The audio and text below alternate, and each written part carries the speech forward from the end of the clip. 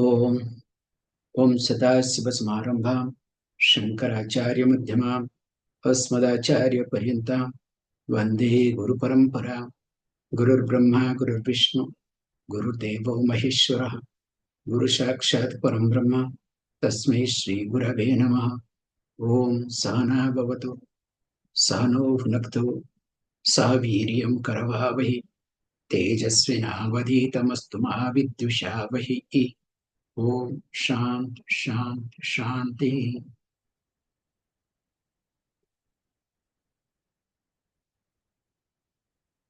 श्री गुरुं परमानंदं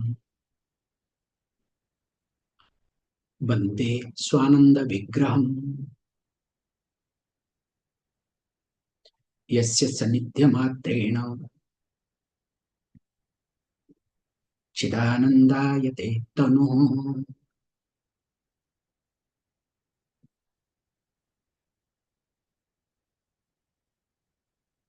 So in the last class we were discussing about Moola, and prior to that also we discussed Jalandhara Bandha and Uddiyana Bandha. So incidentally I had glossed over that in Jalandhara Bandha, verse number 78 very carefully says, Badnati Sirojalam Nabho Yati Nabhojalam Tato Jalandharo Bandha Kantha Dukho Ghanashana. So that means that Kantha Dukho Ghanashana means here Jalandhara Bandha takes care of any pain that is related to the throat region. So if there is any pain on throat region, Jalandhara Bandha takes care of it. So I had left it, so I thought to go back to that point. How?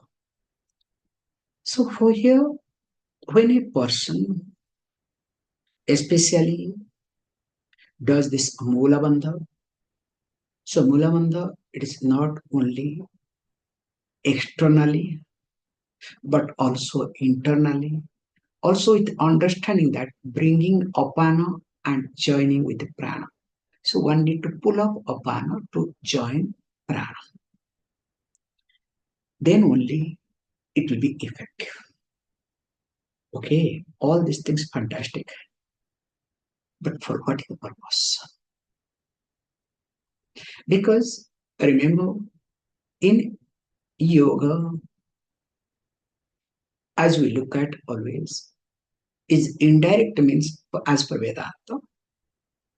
So yoga is indirect means for moksha, not direct means. Because yoga prepares the body and mind so that person is available to listen to Vedanta. Because sometimes you are available physically, but mentally not necessarily. So to make sure that one is available both physically and mentally, this yoga takes care of everything. However, in Yoga Shastra, they highlight that look, by practicing yoga, being with yoga all the time, not practicing, living as yoga, that's why they call as yogi. So yogi means the one who is 24/7 in yoga, not just half an hour, 1 hour practicing, I am a yogi, okay? Present generation, present day, okay? So just 1 hour they practice, little flexible or show up, oh, I am a yogi. It's not like that. So who is living in yoga all the time? So through that, what happens? You can extend your body. So the extension of lifespan of your body is called moksha as per Yoga Shastra. That's why they can live not only thousands, millions years, they can live kalpas. So the body can be extended in kalpas. So which this present so-called medical science may not be able to establish. As you know, the story, just I would like to bring it little bit. You know, this that Raja Janak.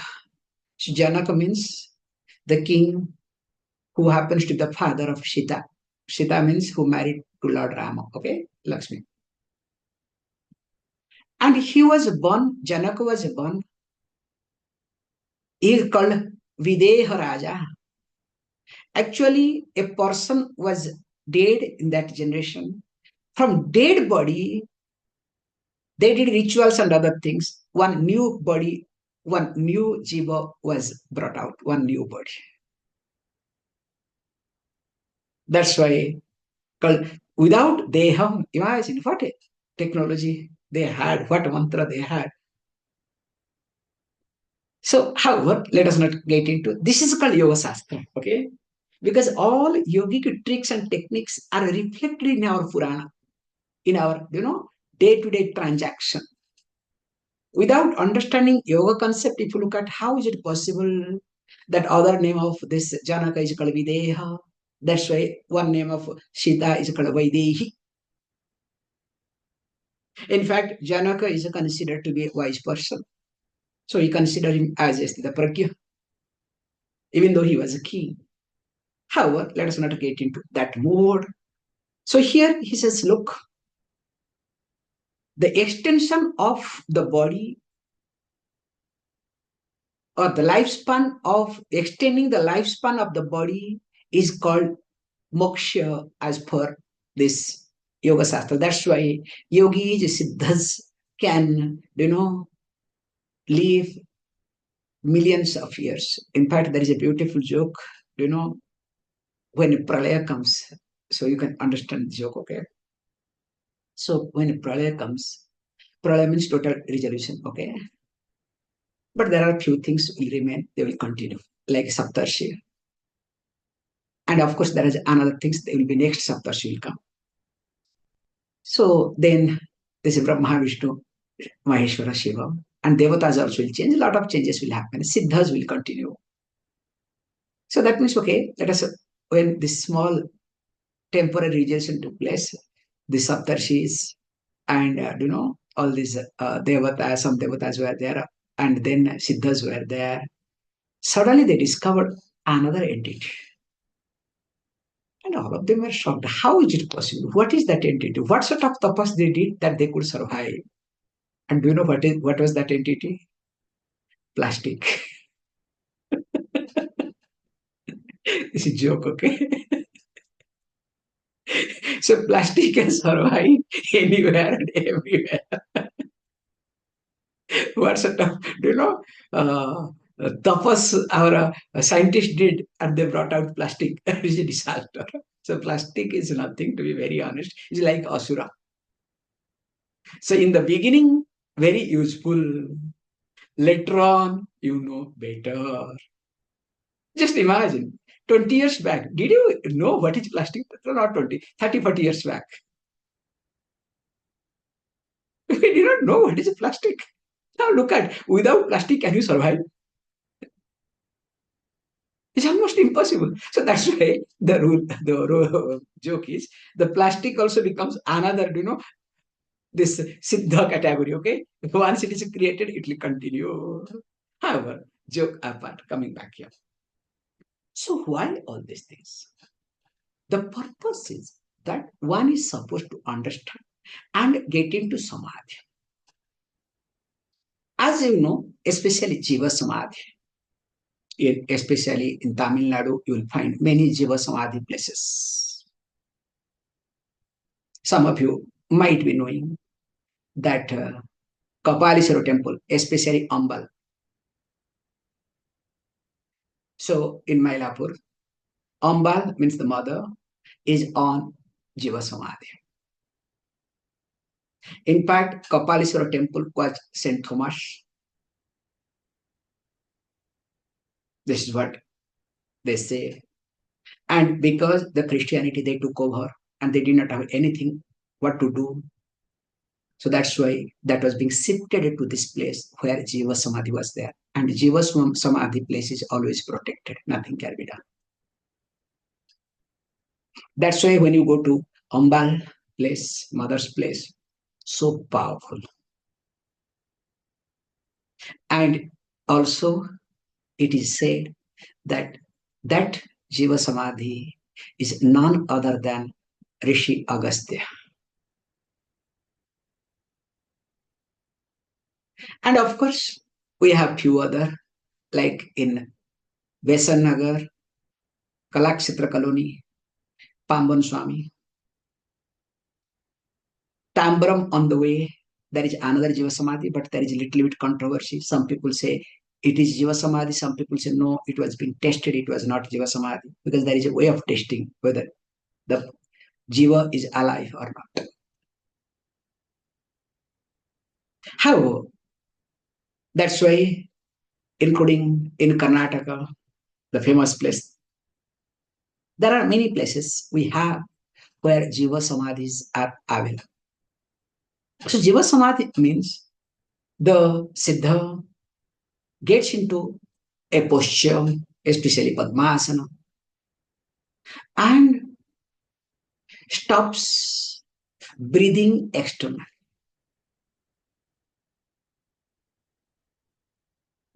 And when the person stops breathing externally, the breathing has to take place through Shushumna.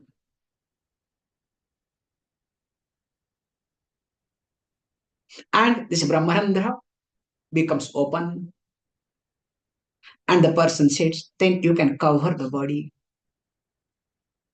and the body can be alive.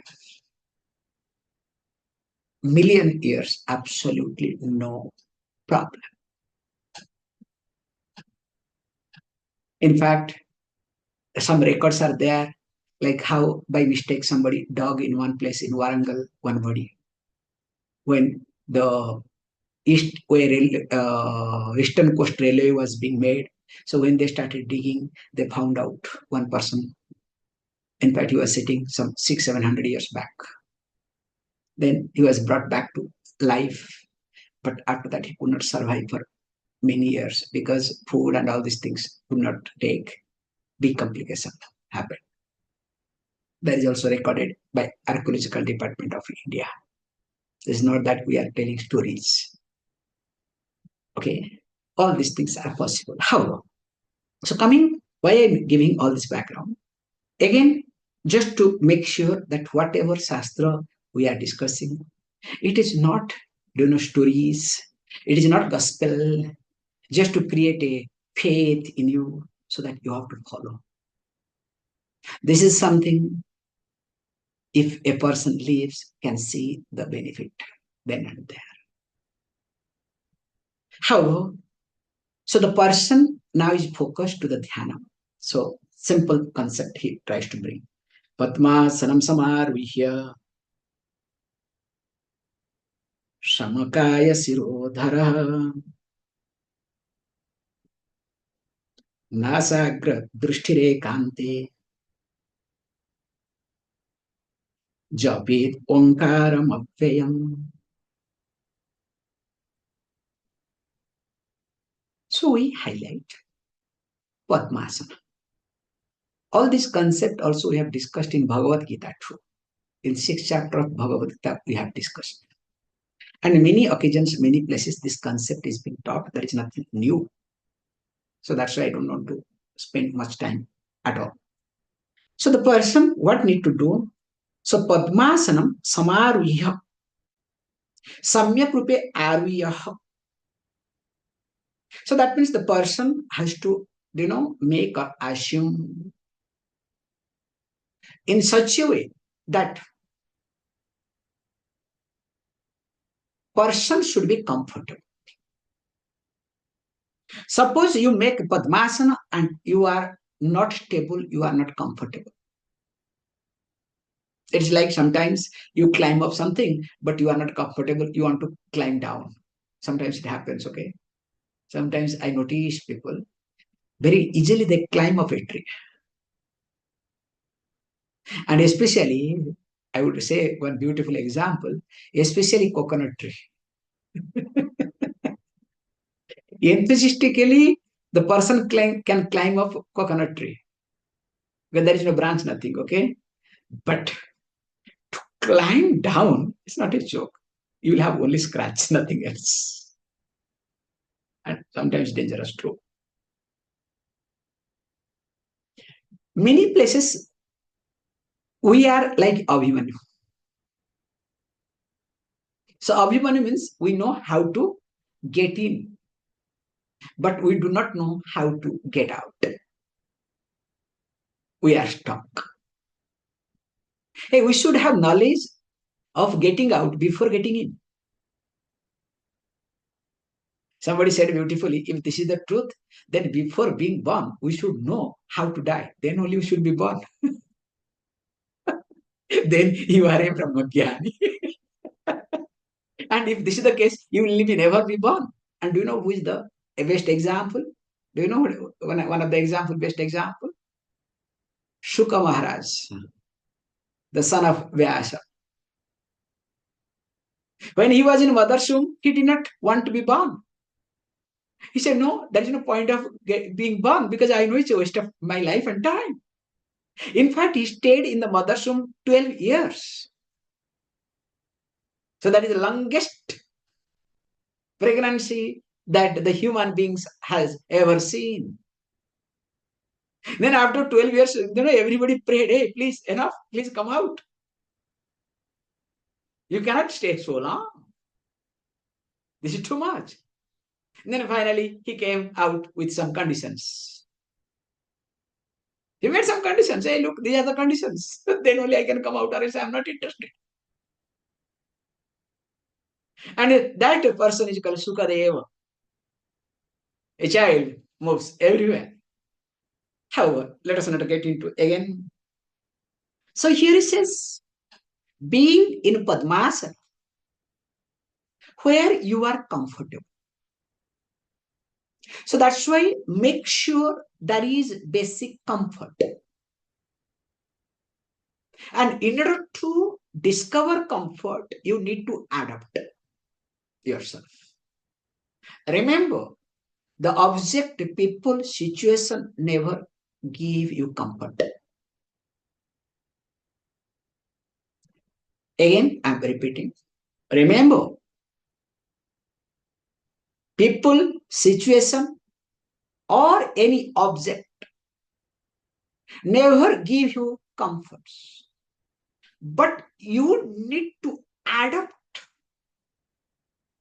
And that adaptation itself is a comfort. And the more you are able to adapt, the more you will discover comfort. That's why discovering comfort is an art, and that is maturity. Whereas if you don't discover comfort, you run behind comfort, life is disaster. So we are running behind comfort in order to become comfortable. A common person runs behind comfort in order to become comfortable.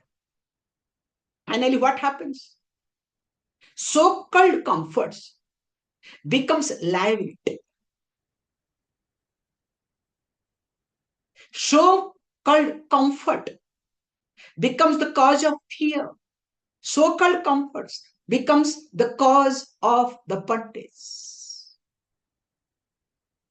So instead of enjoying, the person is tied down, and finally that comfort, whether people, situation, or object, becomes what? Pain in our life. So here also same thing, the Padmasana. So you need to adapt to it. Remember, this is the most important point in our life. If I am not able to adapt myself to a given situation, remember, situation will come. Can I stop? Do I have power to stop any situation? And the more I stop, the more I create what? Friction. And more the friction is there, more I have problem. So when situation has to happen based on my prarabdha, I don't have any other choice other than adapting it carefully. And gracefully, if I can adapt it, in fact, I will enjoy that situation. So with this background, he says, Padmasanam Samavihya, Samakaya Sirodhara. This concept everywhere is being highlighted. So that means what? Make sure your back and of course your neck and head straight. That's why we say sit down, make your chin parallel to the ground. This is the easiest way to handle the situation. Because sometimes you will not know whether your back is straight or not. So what you need to do? So make chin parallel to the ground. Because the moment you little bit bend, chin cannot be parallel to the ground. That's why when you do meditation, we test, just put little bit finger on the back, okay? Or have a stick, push little bit, okay? To make sure that your spine is straight. That's why we use the word, make your spine straight, chin is parallel to the ground, keep your face relaxed, close your eyes. That is what he meant here. And here he says, once you close your eyes, what is to be done? Nasagra drushti. So keep your drishti, vision, on the tip of the nose. Because interestingly, I think we have discussed many occasions indifferently. We say, when you keep your eyes open, while keeping your eyes open, if you keep or look at the tip of the nose, definitely your mind cannot waver, mind cannot flicker, mind cannot move wherever it wants. Difficult. In fact, the moment mind moves, you cannot see the tip of the nose. Impossible. Anyway, don't try now, okay? so, you have plenty of time to try, okay? Problem with you guys is, so whatever I said now and then and there, you want to try, then after that you close it, okay? Chapter is over. However, so then he says, and how and when? Ekante, not with all people, okay? And remember, you all are recorded, okay? So you can see later on. So you zoom it and see how you are behaving. However, ekante japet omkaram, that which is abhyam iti. So ekante nasagra drushti. So that means what? The person being alone in a lonely place in seclusion, not being disturbed. So ekante means what? Keeping things as they are. What happens with all of us? Ekanta means lonely, alone, not necessarily. You can be alone with a lot of crowds mentally. So here ekanta means keeping things, people, wherever they are, as they are. Can you see this point? Keeping people, things, wherever they belong to, as they are. That's why the first step of sadhana is learning to keep things properly. Like especially I notice many men, in this regard, men are very good, okay? They'll go to bathroom or going out, the pant will be kept as it is. That to on the center of the house. So you don't have to do anything. Again, they can come and put both the steps so they can pull up the pant, okay? Men are very capable. That's why they say very beautifully what they say. that bachelor's room, woman's car. Fantastic combination. Let me not, do not pull too much, okay? It's not trying to stretch too much. So learning to keeping things where they belong to. Then next step would be as they are. So first I have to learn to arrange in such a way where they belong to, let them be there. Then internally I have to adapt as they are. You can see for yourself. Suppose something to be kept like one in a given way, or it was in a given order, you change it. So when you change it and you close your eyes or you go anywhere, there will be some type of mental disturbance or not? Oh, why did I change? Was it right? Maybe better, may not be better. So you spend a lot of time in this regard. And not that you should not improve. That's another logic. I'm just trying to say you one aspect here. That allowing or learning to keep things begin with where they belong. And next step would be as they are.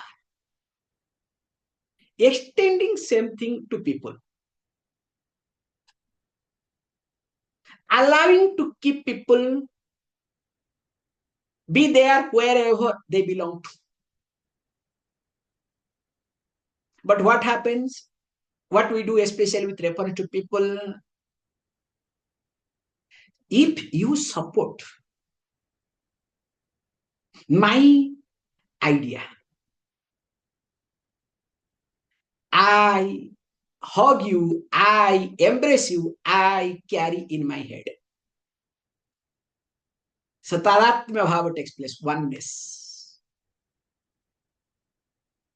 And if you don't support me in the beginning, I don't care who are you. And later on, if you start hating me, again I carry in my head differently. Okay.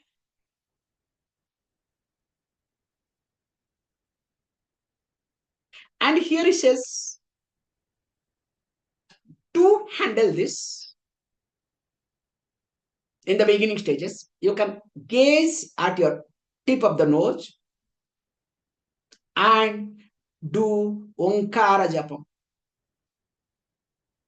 And that Omkara is nothing but called Abhyam Iti. That which is imperishable, Berahitam Iti. And the question may arise, okay, so what is that Omkara? So few verses goes on Omkara. Let us read. Bhurvuvaswari me lokaha Soma Suryagni Devata Yasya Matrasu Tishtanti Tatparam Jyotiromiti. Says, look, that Omkar, Tat Om Param Jyoti Iti. The last. Tat Param Jyoti Romiti. Tat Om Param Jyoti Iti. So the Omkara that is being discussed under discussion is nothing but Param Jyoti, supreme light.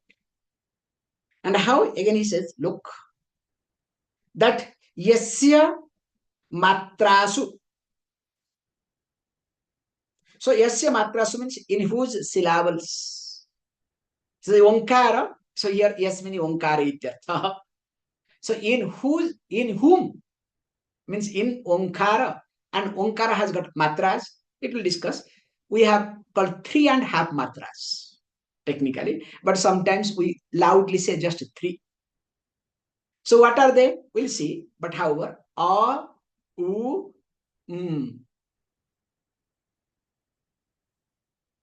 So this, sorry, 2.5 matras. I made a mistake, not 3.5 matras. I made a mistake. 2.5 matras A, U, M. So sometimes this 2.5 matras, we take it as a 3. Some places taken as 3 also. That's why we have discussed many occasions differently. Om not to be prolonged while chanting. Om only supposed to chant like no, just 2.5 matras. Om, Om, Om, Om. That is the right way of chanting Om. But many organizations, many people chant, especially yoga people, Om.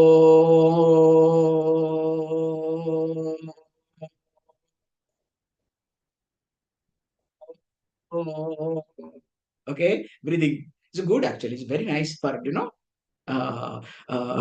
learn how to retain for a long time. Also in a lyric way. Okay, and some 20, 30 people join together.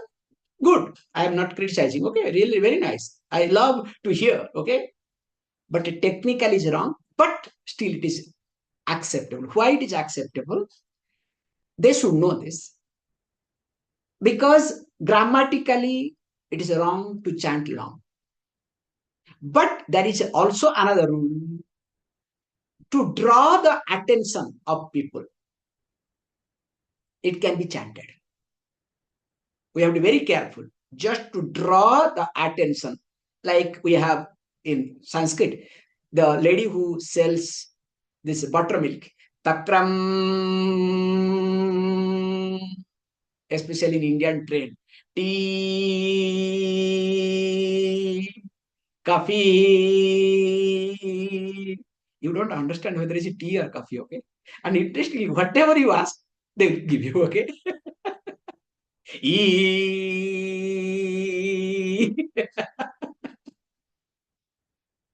Very nice. Really, I love that. Okay, those days. Okay, when I hear the come. So there it is allowed to prolong because to draw the attention of others. Is it clear? So also Omkara can be prolonged with one condition. And what is that condition? To draw the attention of others. So that's why when a person starts chanting Omkara, like morning 20, 30 people or evening 20, 30 people. So we are doing Omkara meditation. Hey, you are not doing for yourself. You are drawing attention for others. Okay. It's good for organization, not for you. That's why those organization people have no brain. Okay. Nothing will be inside the brain. But they'll come out. We are doing Omkara chanting 108 times. Why 108 times? You can do 1,008 times, okay? Or 1 lakh, so that few days your family will be free from you, okay? However, with due respect, okay, at least they are not shouting at each other, okay? They are doing something interesting. Let us be practical. So, if I am prolonging Omkara with one condition, to draw the attention of others. That's why you might have noticed in the class also sometimes, I also do a dirgha, especially when I discover the ambience is not created. So to create the ambience before yoga class, if you are prolonging Omkara is acceptable, nothing wrong in it. And be clear, you are prolonging Om just to draw the attention or create ambience, nothing else. That's why we say very carefully when you do chanting Om, there should be a gap, not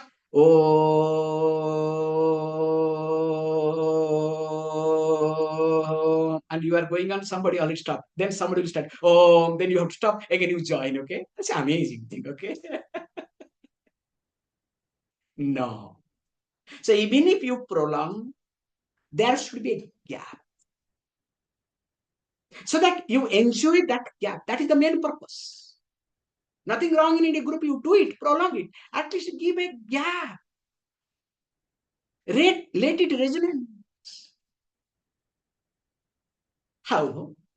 So once this is there, then you discover with this, I'll stop it. That is called this Omkara. These three matras has got three loka. Bhur, bhuvah, suvah. So not only three lokas, also says that this bhu loka here and antariksham means the internet media spaces and the heaven. Not only that, also says Soma, Surya, Agni, three devatas. So when we look at this Soma, Surya, Agni, means Soma means moon, Surya means sun, Agni means fire. In fact, in three matras, they do exist, they abide. And that Om is nothing but Param Jyoti, supreme light. Or you can say that supreme light is nothing but Omkara if you are doing sadhana. More of it, we'll see Omkara continuation. Om Om Purnamada Purnamidam Purnahat Purnamudachyate Purnasya Purnamadhaya Purnamheva Vashishyate Om Shanti Shanti Shanti. Thank you all of you.